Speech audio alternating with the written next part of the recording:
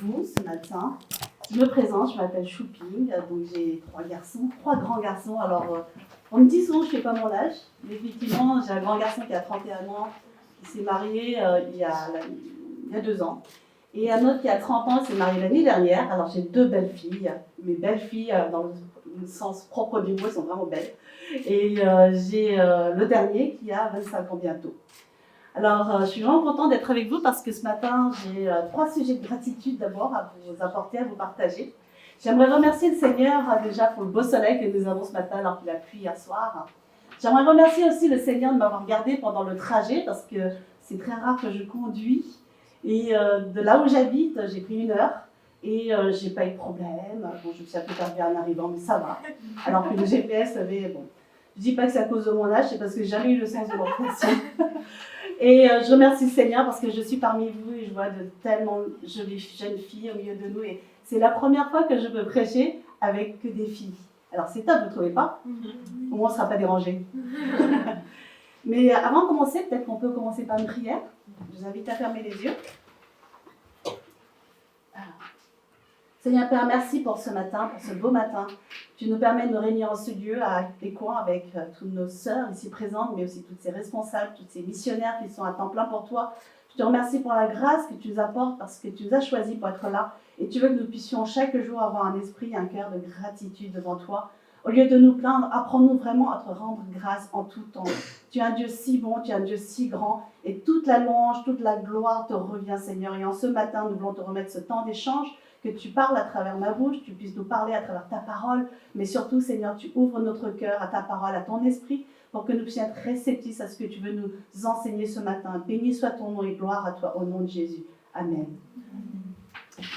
Alors, est-ce que vous savez ce que veut dire la gratitude? Ça veut dire la reconnaissance. Tout à l'heure, Marie l'a dit, alors on est reconnaissant pour l'équipe louange, pour les personnes. Donc la gratitude, c'est avoir un esprit de reconnaissance. Et ensuite, est-ce que vous savez ce qui symbolise, la fleur plutôt, qui symbolise la gratitude? C'est le coquelicot. Alors, je ne sais pas si, voilà, merci Marie, elle a trouvé une image. Le coquelicot, c'est ce qu'on voit souvent dans les champs. Maintenant, ça commence à pousser, donc on en voit, elles sont magnifiques, ces fleurs. Il y a un parfumeur, vous connaissez sans doute, qui s'appelle Kenzo, qui a eu la bonne idée, en fait, de créer un parfum qui s'appelle Flower. Je l'ai ramené. Alors, pour être transparente avec vous, je l'ai acheté hier en Espagne. J'étais en Espagne. Et vous savez pourquoi je l'ai acheté? Parce qu'il était à moins 40%. Et c'est vrai qu'il sent super bon. Alors, juste pour que vous ayez une petite idée, je vais vous parfumer. Non, pas chacune, hein. Mais je vais parfumer comme ça pour vous dire. Je dis pas que l'endroit sent mauvais, hein. Mais nous allons sentir bon, vous allez voir. Alors, j'en mets un petit peu partout. Hein. Ok? J'évite de vous en mettre sur vous. Moi, je sais qu'il y en a qui n'aiment pas peut-être. Ils sont trop bons. Oui. Alors, je sais pas, il y aura un jeu peut-être pour gagner ce parfum. Non. Alors, voilà, vous avez vu, hein, le parfumeur Kenzo a eu la très bonne idée de créer ce parfum qui symbolise la gratitude. Ok? Alors, je le mets là. Mais la Bible nous dit également que nous sommes un parfum de bonne odeur. Alors, je ne sais pas si vous avez vos Bibles ou vous avez votre téléphone avec l'application dessus, mais Marie m'avait proposé de mettre plein de trucs, et moi je suis, comme je disais, un peu de la vieille école. J'aime bien fonctionner avec la Bible, avec, en tout cas avec l'application, ne serait-ce avec la parole sous nos yeux. Mais si vous avez le téléphone, je vous invite vraiment à ne pas être distraite par les messages ou par les notifications qui vont apparaître, mais vraiment à enlever à chaque fois que ça apparaît, et à suivre vraiment avec la parole. Alors, 2 Corinthiens, chapitre 2, verset 15. 2 Corinthiens, chapitre 2, verset 15. Alors, se trouve dans le Nouveau Testament, juste après les Évangiles. Alors, 2 Corinthiens, chapitre 2, verset 15, nous dit que nous sommes en effet pour Dieu la bonne odeur de Christ parmi ceux qui sont sauvés et parmi ceux qui périssent. Nous sommes en effet pour Dieu la bonne odeur, parmi ceux qui sont sauvés, mais aussi parmi ceux qui périssent. Est-ce que nous sommes une bonne odeur aujourd'hui devant Dieu? Parmi ceux qui sont sauvés, mais aussi parmi ceux qui périssent. Ça en dit long sur ce verset. Mais nous ne sommes pas là pour parler de ça. Nous sommes là pour parler de la gratitude. J'aimerais vous raconter une petite histoire.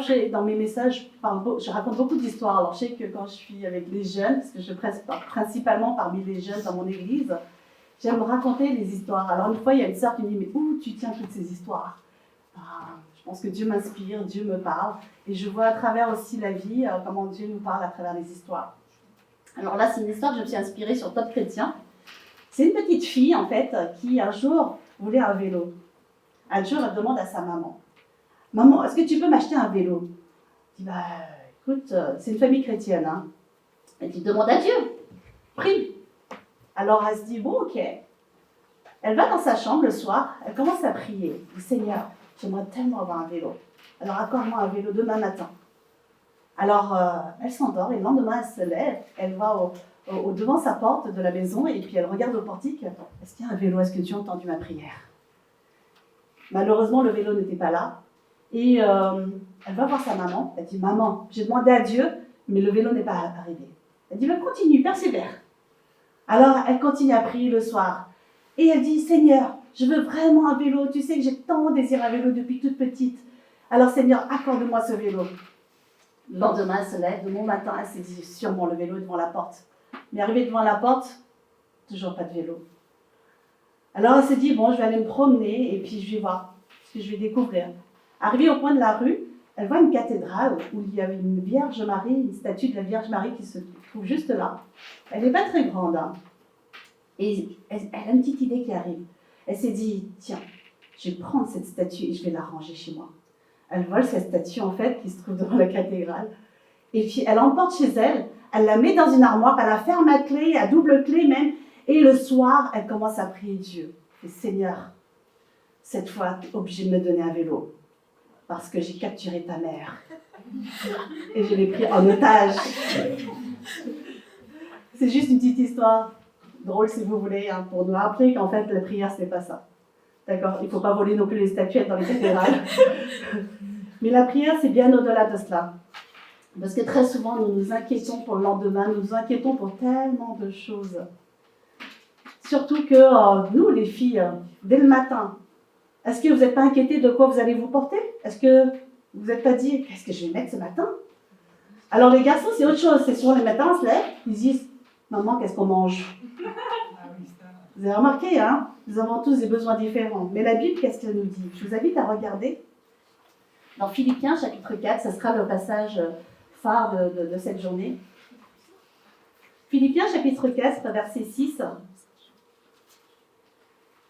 Philippiens, chapitre 4, verset 6. Il nous dit, ne vous inquiétez de rien, mais en toute chose, faites connaître vos besoins à Dieu par des prières et des supplications dans une attitude de reconnaissance. Ne vous inquiétez de rien. Malheureusement, qui ne s'est jamais inquiété? Je pense que je suis la première à m'inquiéter souvent, comme on a des enfants, on a des garçons. Je pense qu'on a toujours des inquiétudes dans la vie. Mais pourtant, dans Matthieu chapitre 6, Jésus nous dit dans le chapitre 6, versets 25 à 33, alors c'est un passage assez long que je vous invite à lire attentivement avec moi, à suivre. Matthieu chapitre 6, du verset 25 à 33.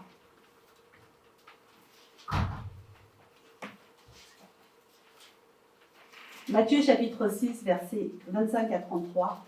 Il est écrit, c'est pourquoi je vous dis, ne vous inquiétez pas de ce que vous mangerez pour vivre, et boirez pour vivre, c'est entre parenthèses, ni de ce dont vous habillerez votre corps. La vie n'est-elle pas plus que la nourriture et le corps plus que le vêtement? Regardez les oiseaux du ciel, ils ne sèment pas et ne moissonnent pas, ils n'amassent rien dans les greniers et votre Père Céleste les nourrit. Ne valez-vous pas beaucoup plus qu'eux? Qui de vous, par ses inquiétudes, peut ajouter un instant à la durée de sa vie? Et pourquoi vous inquiétez au sujet du vêtement?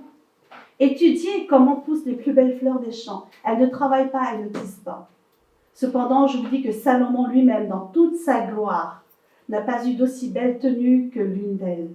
Dieu habille ainsi l'herbe des champs qui existe aujourd'hui et qui demain sera jetée au feu. Ne le fera-t-il pas? Pardon, j'ai appuyé sur quelque chose qui m'a...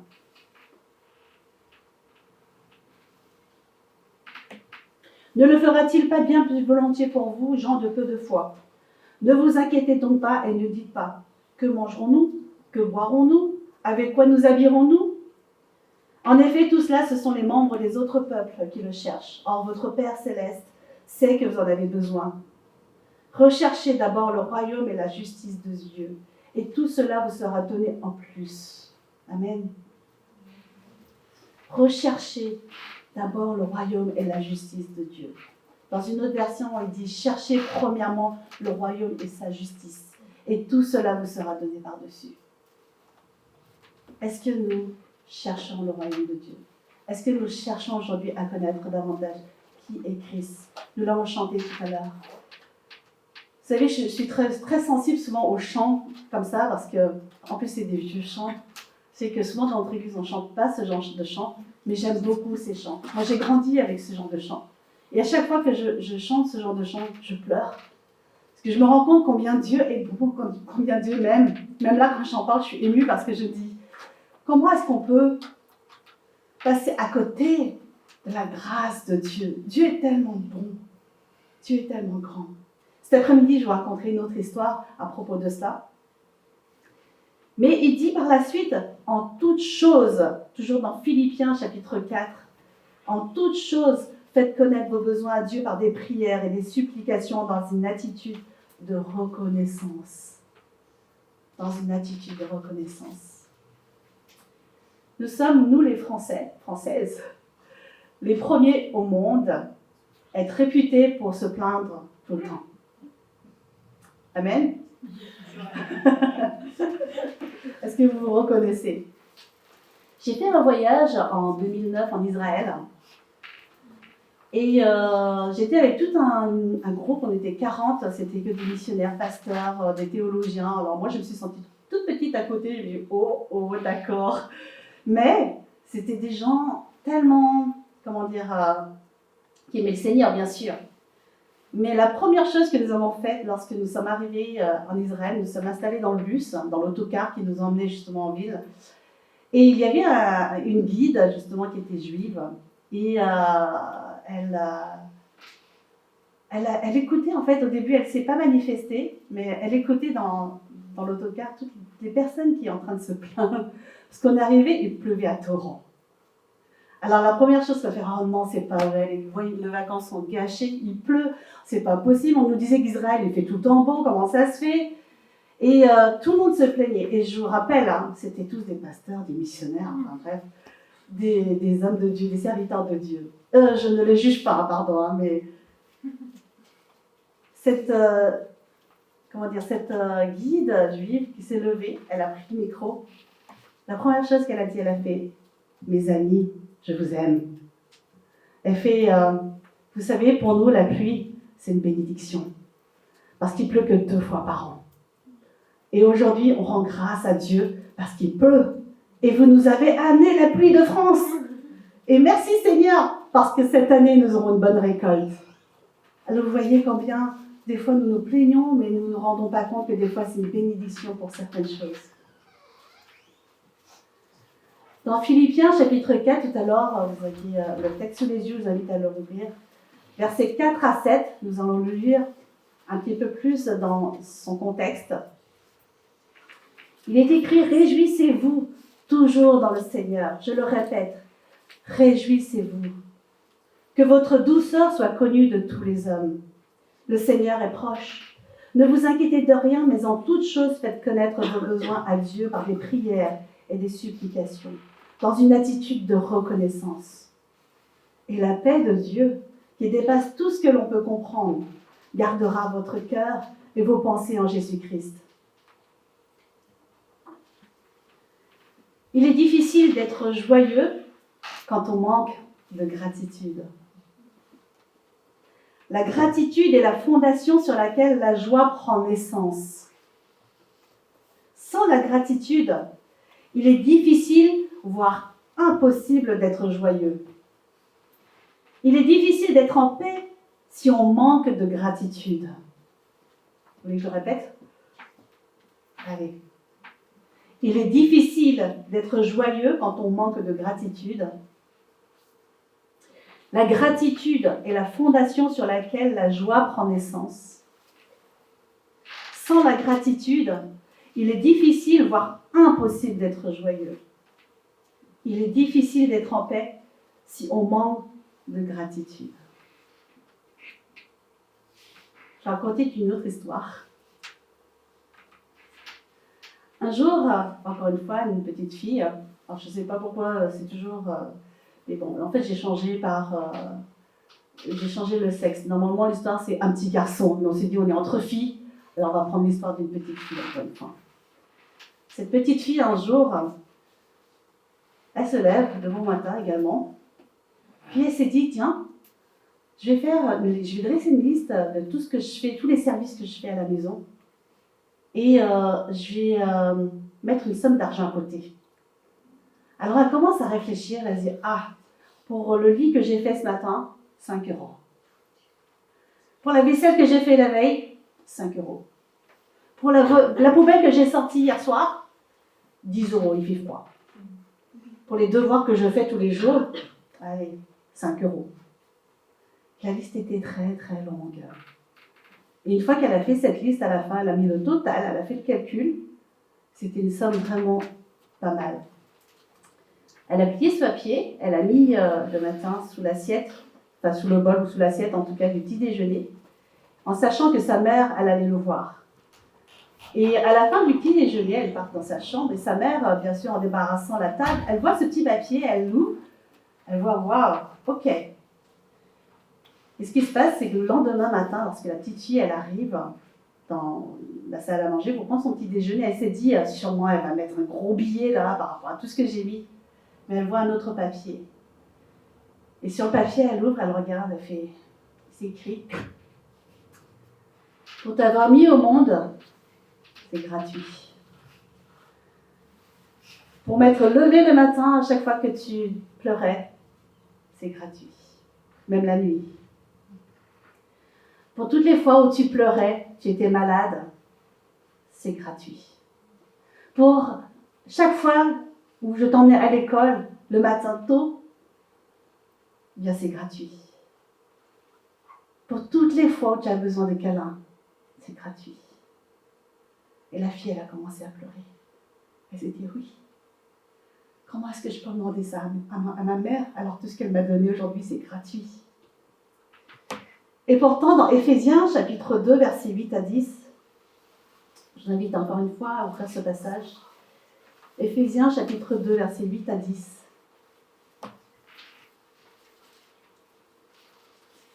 Il est écrit en effet, c'est par la grâce que vous êtes sauvés, par le moyen de la foi. Et cela ne vient pas de vous, c'est le don de Dieu. Ce n'est pas par les œuvres, afin que personne ne puisse se vanter. En réalité, c'est lui qui nous a fait. Nous avons été créés en Jésus-Christ pour des œuvres bonnes que tu as préparées d'avance, afin que nous les pratiquions. C'est par grâce que nous sommes sauvés. Si aujourd'hui tu ne connais pas encore le Seigneur, ou si tu connais le Seigneur, mais est-ce que tu cherches encore plus à le connaître? Est-ce que tu comprends aujourd'hui que si on est sauvé, ce n'est pas par nos œuvres, parce qu'on est meilleur que d'autres. C'est gratuit. Et c'est le message de ce matin que j'aimerais te donner. C'est aujourd'hui, si tu es sauvé, c'est gratuit. Et ce que nous pouvons offrir à Dieu aujourd'hui, c'est toute notre louange. Je me rappelle qu'à mon mariage, il y a X années, il y a notre pasteur qui nous avait mariés, nous avait offert un petit cadre. Malheureusement, il s'est cassé entre-temps, au bout des années. Mais je me rappellerai tout le temps de ce qu'il y avait écrit sur ce petit cadre. C'était un miroir. Il avait accroché sur le mur de la cuisine. Il disait que ta vie est un cadeau de Dieu, est un don de Dieu. Mais ce que tu fais de ta vie est un cadeau pour Dieu. Ce que tu fais de ta vie est un cadeau de Dieu. Amen. Je vous invite à prier simplement. Seigneur, je te remercie parce que tu veux nous rappeler ce matin combien tu nous aimes, que c'est par la grâce que nous sommes sauvés. Effectivement, nous n'avons aucun mérite. Mais Seigneur, apprends-nous à te louer, apprends-nous à te rendre grâce, à avoir un cœur de gratitude en tout temps, à être un parfum aussi de bonne odeur, Seigneur. Là où nous sommes Qu'à chaque fois de notre bouche, il sort des paroles de gratitude et non de plainte. Apprends-nous vraiment à être reconnaissantes en tout temps, dès notre jeune âge, Seigneur. Chaque jour de notre vie, Seigneur, nous puissions être reconnaissants, Seigneur, pour ce que tu fais dans notre vie, pour les bons comme pour les mauvais moments. Parce que c'est vrai que dans les moments difficiles, souvent, c'est que tu veux nous apprendre des leçons pour apprendre à te connaître plus, mais aussi à nous rapprocher de toi. Alors, je te remets vraiment ce temps. Tu continues à travailler dans notre cœur. Il y a encore cet après-midi, j'ai confiance que tu vas travailler pendant toutes les activités, pendant le repas, pendant tous les moments de communion que nous allons avoir. Et je veux te remercier encore une fois, Seigneur, pour ta grâce immense, mon Dieu. Au nom de Jésus. Ça va? Vous n'êtes pas trop fatigués? Je pense que mentalement, ça va. On les a tués avec le travail manuel. C'est bon, hein? Je pense qu'après cet exercice mental, on va dire, je pense que ça nous a fait du bien également. J'ai été persévérante, j'ai raté le premier et le deuxième fois j'ai réussi. Je crois qu'il y a une sœur sur notre table. C'est toi, non, je crois? Oui, c'est pas toi qui a recommencé et qui a aussi réussi à la fin? Non, je vais pas recommencer.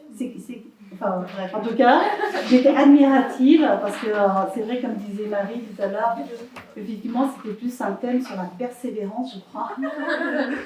Mais ça a un rapport quand même avec la gratitude. Et je pense que des fois, on oublie de remercier également toutes les personnes qui ont organisé, qui ont préparé cet atelier. Et vraiment, j'aimerais remercier particulièrement Samy et Marie qui ont pu nous conduire, nous enseigner. Et c'est vrai que des fois, on oublie de rendre grâce, de remercier aussi les autres. Et mon thème pour cette deuxième session, c'est comment avoir une attitude de gratitude. Comment avoir une attitude de gratitude? On sait ce que c'est la gratitude, mais comment remercier les autres? Alors, c'est toujours dans Philippiens chapitre 4 que je vous invite à ouvrir. Philippiens chapitre 4. Alors, on a lu la première portion qui se trouvait tout à l'heure dans versets 4 au 7. Et là, nous allons lire la deuxième portion qui se trouve au verset 8 jusqu'au verset 9. Alors, pour comprendre un texte, vous savez, dans la Bible, on dit toujours qu'il faut comprendre le contexte. Sinon, c'est un prétexte. Alors, on va lire la deuxième partie qui se trouve au verset 8. Enfin, frères et sœurs, portez vos pensées sur tout ce qui est vrai, tout ce qui est honorable, tout ce qui est juste, tout ce qui est pur, tout ce qui est digne d'être aimé, tout ce qui mérite l'approbation, ce qui est synonyme de qualité morale et ce qui est digne de louange. Ce que vous avez appris, reçu et entendu de moi et ce que vous avez vu en moi, mettez-le en pratique et le Dieu de la paix sera avec vous. Je vous invite à prier pour pouvoir poursuivre tout à l'heure. Seigneur Père, merci parce que ta parole est tellement puissante. Alors que ce matin, nous avons essayé de comprendre ce que tu veux nous enseigner à partir du verset 7, 6 même. Seigneur, tu vois qu'aujourd'hui, nous avons besoin, Seigneur, tu te révèles à nous à travers ta parole. Ta parole est la vérité. Ta parole est le chemin et ta parole est la vie. Et tu es, Seigneur Jésus, le chemin, la vérité et la vie. Parce que tu t'es fait chair. Alors aujourd'hui, nous voulons apprendre, Seigneur, à travers ta parole, comment vivre une vie qui soit digne d'être vécue, mais qui est remplie de gratitude. Et je te remercie de nous parler pendant ce moment où tu veux m'utiliser, Seigneur. Que tu puisses vraiment être élevé, que je puisse être abaissé. Plus de toi, Seigneur, et beaucoup moins de moi, Seigneur Jésus. Amen. Alors, lorsqu'il parle ici, il y a toute une liste ici, comme on vient de lire, de porter nos pensées sur tout ce qui est vrai, tout ce qui est honorable, tout ce qui est juste, tout ce qui est pur, tout ce qui est digne d'être aimé, tout ce qui mérite l'approbation et ce qui est synonyme de qualité morale et ce qui est digne de louange. Qu'est-ce qui est approprié, qui pourrait, on va dire, être synonyme à tous ces adjectifs? Est-ce qu'aujourd'hui, je peux dire, par exemple, Marie, est-ce qu'elle est pure? Est-ce que Abigail, est-ce qu'elle est digne de louange? Alors, je me suis dit, effectivement, il faut qu'on trouve quelqu'un. Eh bien, cette personne, c'est Jésus, simplement. Cette personne, c'est Jésus. Bien sûr, je ne dis pas que Marie ou Abigail n'ont pas ces qualités, mais elles sont proches. Elles recherchent. Nous cherchons tous à nous rapprocher de Christ, à ressembler à Christ. C'est notre priorité. Alors, tout ce qui est pur, tout d'abord, nous devons essayer de penser aux choses de Dieu. Nous devons méditer les vérités de l'Évangile et prier constamment. Comment avoir les pensées de Dieu? Comment avoir les pensées de Dieu? Est-ce que vous avez déjà essayé d'avoir des pensées de Dieu?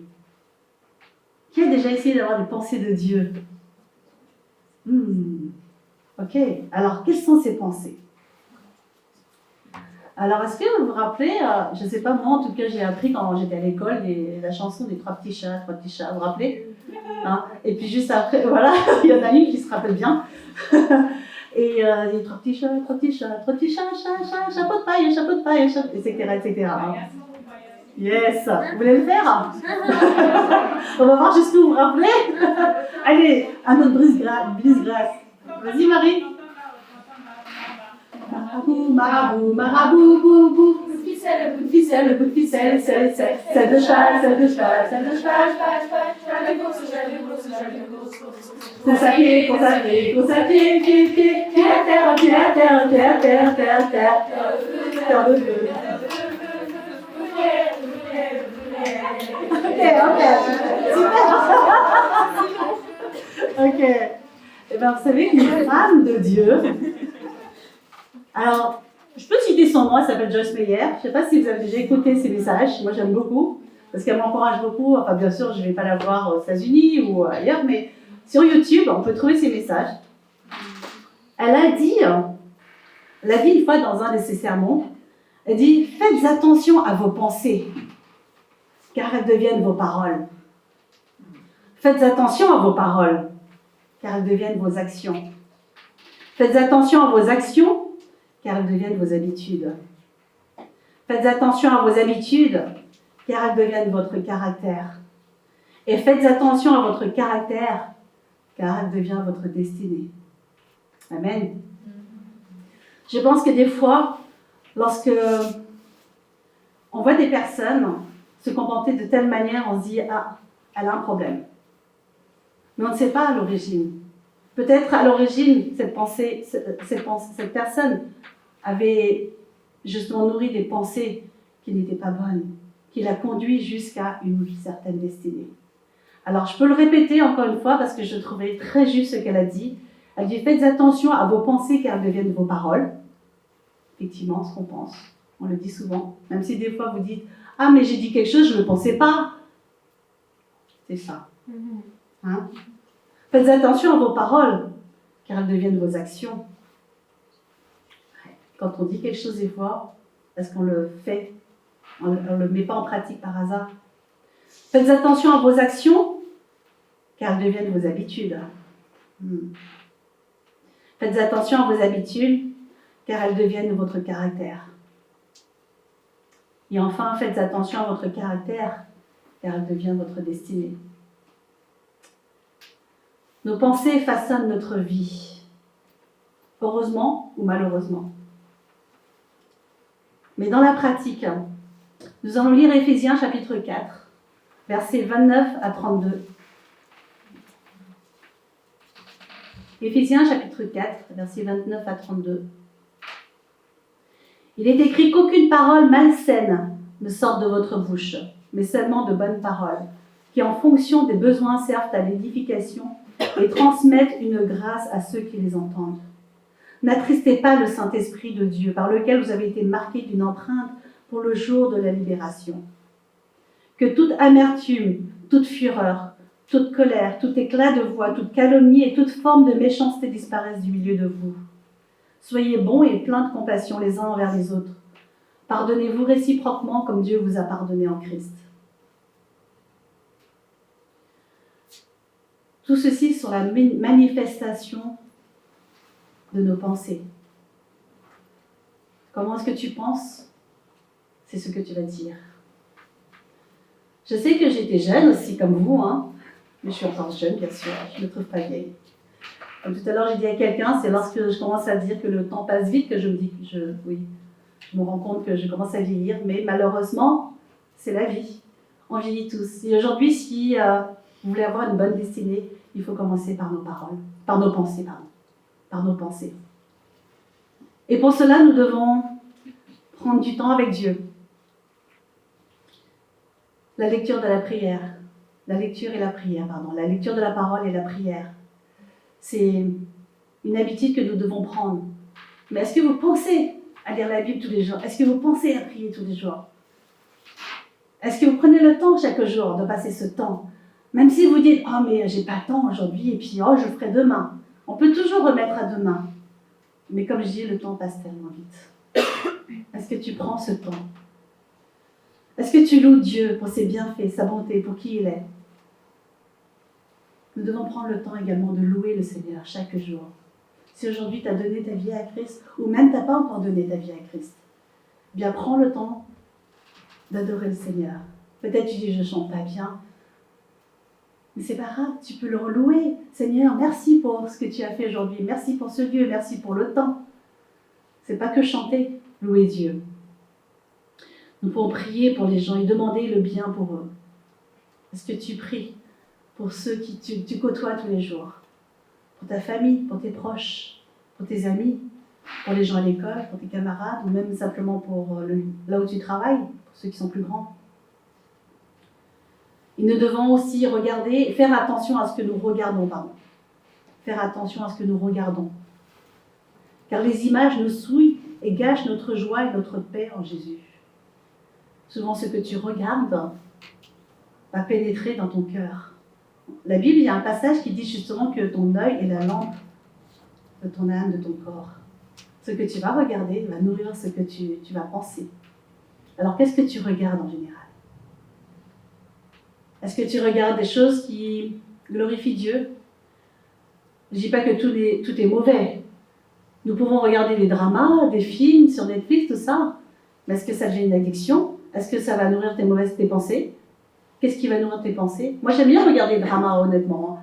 J'aime bien regarder les films, mais j'aime bien quand il y a une bonne morale derrière. Quand je vois que dans le résumé, ok, j'essaie de zapper. Il faut faire attention. Faites attention à ce que vous regardez. Puis des fois, il y a des choses qui arrivent à la télé ou sur l'ordinateur. Bien, prenez le courage pour éteindre ou pour zapper, pour passer à côté. Ce que vous allez regarder va nourrir votre esprit, votre âme. Vous comprenez?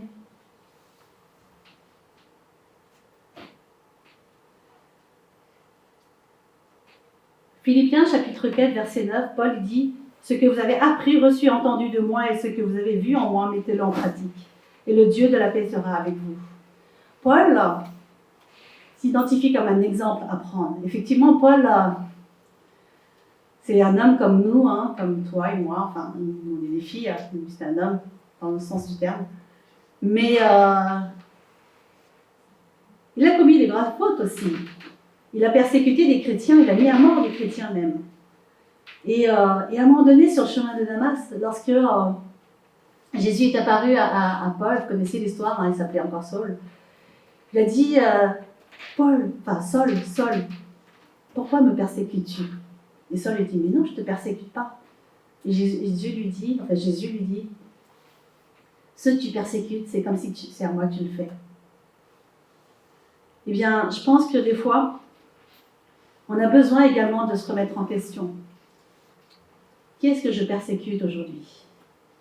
La personne que je blesse devant moi, c'est comme si tu blesses Jésus.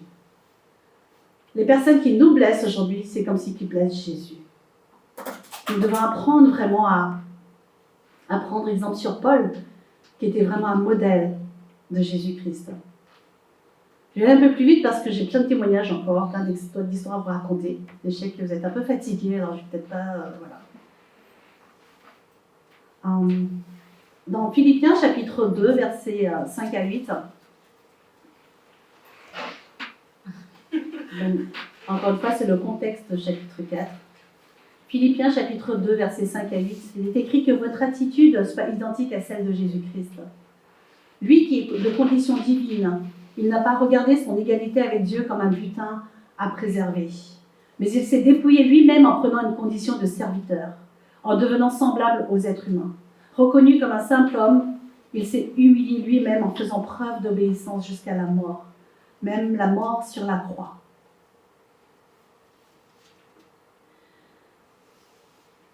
lorsque j'ai lu ce passage, ça m'a fait penser en fait à ce que j'ai vécu il y a un mois. Alors, pour juste ouvrir une parenthèse, je sais que cette année, en fait, le Seigneur m'a révélé que j'avais beaucoup voyagé.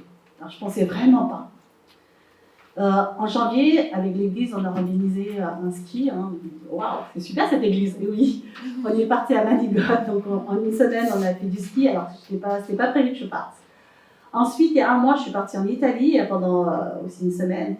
Et là, cette semaine, je suis partie en Espagne pendant 3 jours. Et en mai, je vais partir en Chine. Et je ne sais pas encore ce que Dieu va me réserver comme voyage. Mais je sais que cette année, ça va être vraiment l'année des voyages. Et donc, je disais qu'il y a un mois, lorsque je suis partie en Italie, eh bien, il s'est passé énormément de choses parce que c'était un séminaire pour des responsables asiatiques, pour tous les responsables asiatiques de différentes églises en Europe. Et c'est une école qui est fondée en Espagne depuis 12 ans à peu près. Et ce sont des professeurs de théologie, des docteurs en théologie. Et il y avait des anciens, il y avait un directeur.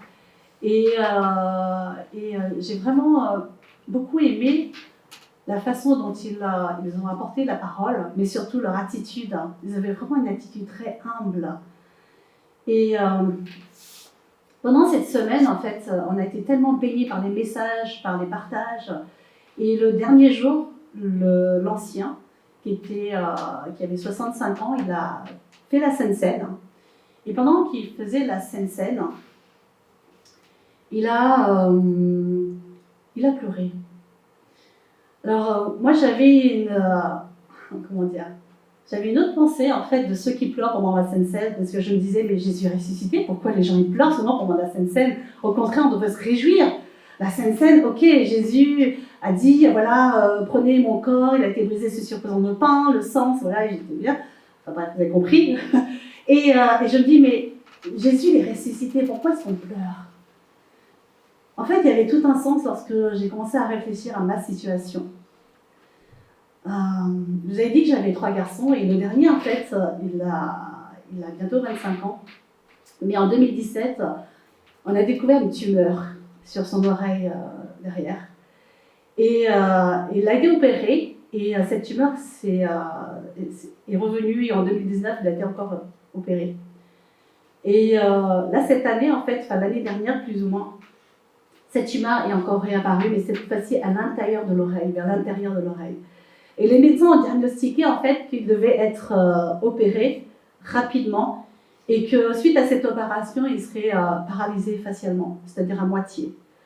Et quand on a entendu cette nouvelle, moi j'étais surprise, même choquée. Je me disais, mais on sait ce qui se passe en général dans le monde, ça arrive aux autres, mais jamais à soi. Et même mon fils, en fait, il ne me l'a pas dit, mais j'ai appris par la suite qu'il a pleuré avec ses frères. Et il se disait, mais pourquoi moi, j'ai grandi toujours en bonne santé et tout à coup, je suis confrontée à la paralysie. Toute ma vie, je serais paralysée. Les médecins ont dit 100%, il serait paralysé. Mais on a commencé simplement à prier. Et moi, dans mon cœur, j'ai prié le Seigneur. J'ai dit merci pour toutes ces années que j'ai pu passer avec mon enfant. Et je me dis, si aujourd'hui tu veux qu'il soit paralysé, il le sera. Je sais qu'en tout cas, sa vie est entre les mains de Dieu. Et même qu'un jour, on lui a demandé si tu traverses cette maladie, quelle est ta prière? Il a dit, j'aimerais que cette maladie glorifie Dieu. C'était louable. Et il a commencé à acheter des livres, vous savez, parce qu'il croyait aux guérisons, aux miracles. On a assisté la première fois à une conférence guérison miracle à Valenciennes avec David Terry et Jérémy Potin, pour ceux qui le connaissent. Et il a acheté des livres, comme je disais, par rapport au thème de la guérison miracle. Il espérait que Dieu se manifeste, que Dieu intervienne, qu'il le guérisse. Et puis on avait même demandé à l'église de prier pour lui. On disait, oui, Andrew, aujourd'hui il est malade, il a cette tumeur. On aimerait que Dieu se manifeste, qu'il puisse opérer un miracle sur son corps. Et figurez-vous qu'il n'est pas guéri, mais Dieu a opéré un miracle. Alors qu'il devait être opéré en octobre, plutôt exactement le début novembre, on était parti en Chine à cette période-là, et on avait organisé la date qu'il revienne juste la veille pour être hospitalisé, pour être opéré. On était préparés. On s'est dit, voilà, la semaine prochaine, sa vie va changer. Il va être opéré. Il sera paralysé. Mais la veille où on devait prendre l'avion, le médecin à l'hôpital appelle. Il lui dit écoutez, monsieur, ne venez pas à l'hôpital. On a peut-être trouvé un moyen pour vous soigner sans opération. Quoi? C'est un miracle. Une première victoire. Et donc, on a attendu. Et ah oui, j'ai oublié, on est parti aussi au Maroc il y a un mois. Je vous dis, c'est l'année du voyage. Et juste pendant qu'on était au Maroc, donc pendant tous ces mois, on n'a pas eu de nouvelles. Et pendant qu'on était au Maroc, la veille, on devait revenir aussi du Maroc. Pareil, le médecin envoie un message, un mail, il dit monsieur Yang, alors on a trouvé un moyen de vous guérir, et c'est un professeur chinois qui a trouvé un remède. Ça sera ou par injection ou par voie orale, mais en tout cas, c'est sur la bonne voie. Et depuis une semaine, il a commencé le traitement par voie orale. Donc pour l'instant, il n'y a pas d'amélioration, c'est juste un traitement d'essai. Mais normalement, d'ici quelques mois, il aura un traitement pour essayer de faire disparaître cette tumeur. Alors, sur le coup, je pensais, pendant que j'étais en Italie, pendant la Sainte Seine, je me disais, ok, le pasteur, il pleure parce que Jésus, il est mort à la croix. Il est mort pour toi, pour moi, ok. Mais tout à coup, j'ai pensé à mon fils. Je me disais, comment un Dieu si grand, si bon, a pu sacrifier son fils unique pour toi et pour moi? Je me disais, si c'est moi, est-ce que je serais capable de sacrifier mon enfant? Même si j'ai 3 garçons, il y en a qui pourraient dire, mais t'en restes 2, mais non. Je ne voudrais jamais sacrifier mes enfants pour qui que ce soit, pour un inconnu, encore moins pour un pécheur, pour ceux qui nous font du mal. Et je me dis, Jésus, lui, il n'a rien fait. Et pourtant, Dieu l'a sacrifié pour mourir à notre place. Et c'est là que j'ai pleuré aussi. Comme là, je pleure. Parce qu'à chaque fois que j'y pense, je me dis, Dieu, le grand Dieu, qui nous a créés, qui nous aime tant, il a sacrifié son Fils sur la croix, pour quiconque croit ne périsse pas, mais pour qu'il ait la vie éternelle. Alors si aujourd'hui tu as du mal à croire, tu as du mal à accepter, peut-être tu te dis, je suis encore jeune, je ne sais pas ce que c'est d'être mère. Peut-être un jour vous allez comprendre, c'est ce qu'on vous dit souvent, un jour tu vas comprendre. Mais imaginez, c'est quelqu'un qui vous est très cher, un membre de votre famille, un parent. Est-ce que vous seriez prête à le sacrifier pour quelqu'un d'autre? Voilà l'amour de Dieu. Et c'est pourquoi nous devons arrêter de nous plaindre, mais d'avoir une attitude de gratitude. Et le Dieu de la paix sera avec nous. Si vous essayez vraiment de rendre grâce à Dieu tous les jours, vous allez voir comment la paix de Dieu va vous remplir. Pardon. Philippiens chapitre 2, versets 14-15. Philippiens chapitre 2, versets 14 à 15 dit « Faites tout sans murmure ni contestation, afin d'être irréprochables et purs, des enfants de Dieu sans défaut, au milieu d'une génération perverse et corrompue. C'est comme des flambeaux dans le monde que vous brillez parmi eux. »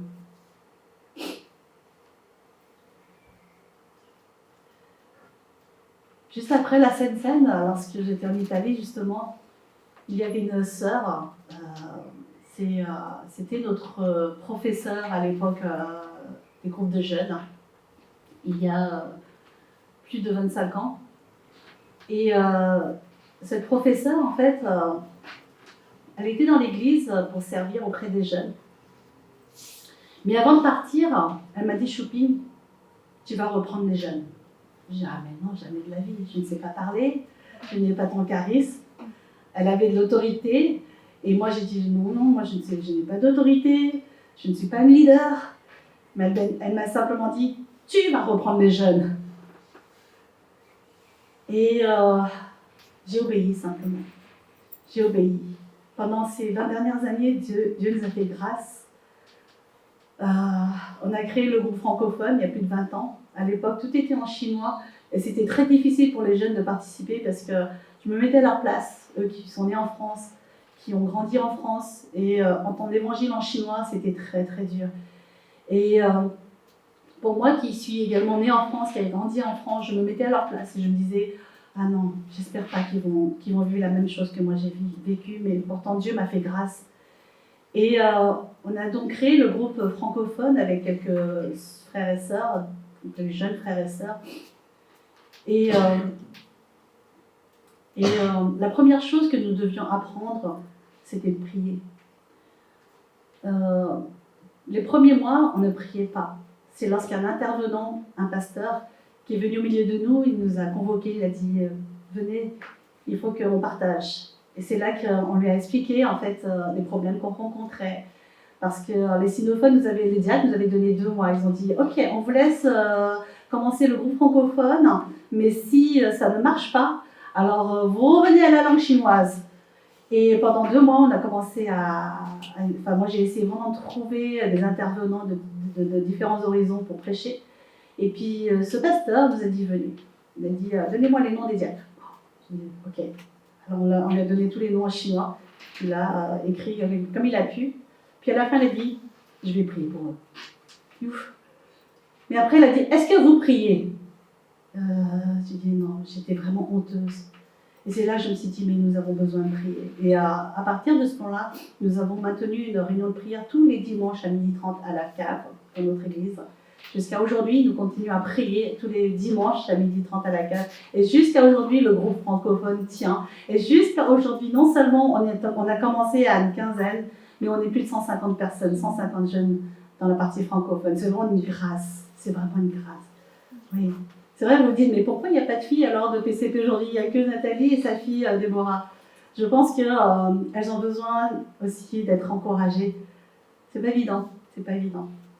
Mais Dieu fait grâce, et justement cette professeure, pour revenir à cette professeure, pendant qu'elle était encore au milieu de nous, elle m'avait beaucoup blessée parce que comme c'est une femme qui a du caractère, souvent je disais des choses, et moi je ne vais pas venir au détail, mais elle m'avait tellement blessée que ce jour-là, après le baptême, je l'avais vue déjà au début de semaine, j'ai dit « Ah, mais elle est là, je vais peut-être lui parler, je vais peut-être lui dire les 4 vérités, tout ce qu'elle avait fait. Aujourd'hui, elle est pasteur, elle rencontre aussi des difficultés. Tiens, je vais me justifier et je vais lui dire un petit peu les 4 vérités. » Mais, tout à la fin, on était restés toutes les deux dans la salle. J'ai dit « Bonjour, professeur. » Elle m'a dit « Ah, bonjour, comment vas-tu ?» Lorsque je l'ai vue, la première chose que je lui ai dit, et c'est la seule, je lui ai dit simplement « Merci. Merci pour m'avoir encouragée il y a 25 ans à reprendre les jeunes. » Elle a commencé à pleurer. Et je ne m'attendais vraiment pas. Et je me disais, mais ouf, c'est incroyable comment Dieu travaille. La gratitude, l'attitude de gratitude. Pourquoi nous voulons toujours chercher à nous justifier? Apprenons à dire merci simplement aux personnes qui nous ont fait du tort, aux personnes qui nous ont peut-être blessés.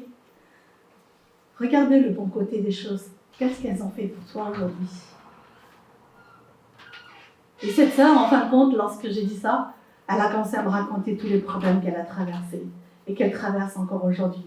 Et on s'est revus la semaine dernière en Espagne parce qu'il y avait une remise de diplôme là-bas justement. Et elle s'est assise juste à côté de moi et je ne m'attendais vraiment pas. Et vous savez, lorsque on a cette attitude, on voit la grâce de Dieu être libérée dans nos relations. Vraiment. Vraiment. Si vous avez vraiment quelque chose contre quelqu'un,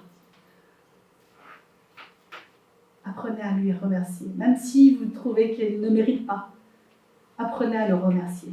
Vous allez voir comment vous allez libérer la grâce dans votre vie et dans vos relations. C'est ce que cet après-midi, j'aimerais vous encourager. Et comme je l'ai dit ce matin, apprenons en fait à rendre grâce à Dieu tous les jours. Essayez d'écrire sur un carnet 3 sujets de remerciement. Tous les jours, que ce soit le matin, le soir, mais dans la journée, essayez de rendre grâce à Dieu pour 3 sujets. C'est un exercice qui n'est pas difficile, on peut le faire. S'il y en a qui n'aiment pas écrire, vous pouvez le dire simplement dans vos prières le soir, avant de vous coucher. Apprenez à remercier Dieu. Puis ici, comme nous sommes dans ce lieu, j'aimerais qu'avant de partir, vous puissiez remercier 3 personnes que vous connaissez ou pas, mais que vous puissiez remercier simplement pour qui elle est, pour ce qu'elle fait peut-être. D'accord? Est-ce que vous êtes prête à relever le défi? Alors, c'est pas pour gagner le parfum ou quoi, je sais pas. Marie, je sais qu'elle avait projeté autre chose, pardon. Mais j'aimerais vraiment vous encourager cet après-midi à être un parfum de bonne odeur dans ce monde de ténèbres, afin que nous puissions vraiment sentir bon là où nous entrons, là où nous sommes, là où nous allons. Que Dieu nous utilise. Amen. Je vous invite à prier.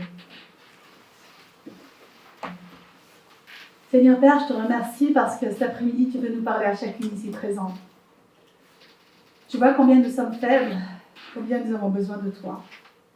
Alors vraiment, aide-nous après cette journée d'entre-filles, lorsque nous serons rentrés à la maison, que ta parole puisse porter des fruits. Et nous puissions chaque jour manifester de la grâce, Seigneur, de la gratitude dans notre vie. Que ce soit pour nos familles, que ce soit pour nos proches, même pour ceux qu'on n'aime pas. Mais simplement pour la vie que tu nous donnes, nous puissions vraiment manifester de la gratitude envers toi et envers notre prochain. Merci mon Dieu parce que ta parole est puissante, elle est efficace, comme une épée à double tranchant, mais aussi Seigneur, comme la pluie qui est tombée. Seigneur, qu'elle ne reparte pas, Seigneur, sans effet. Ah oui Seigneur Jésus, vraiment travaille dans le cœur de chacune.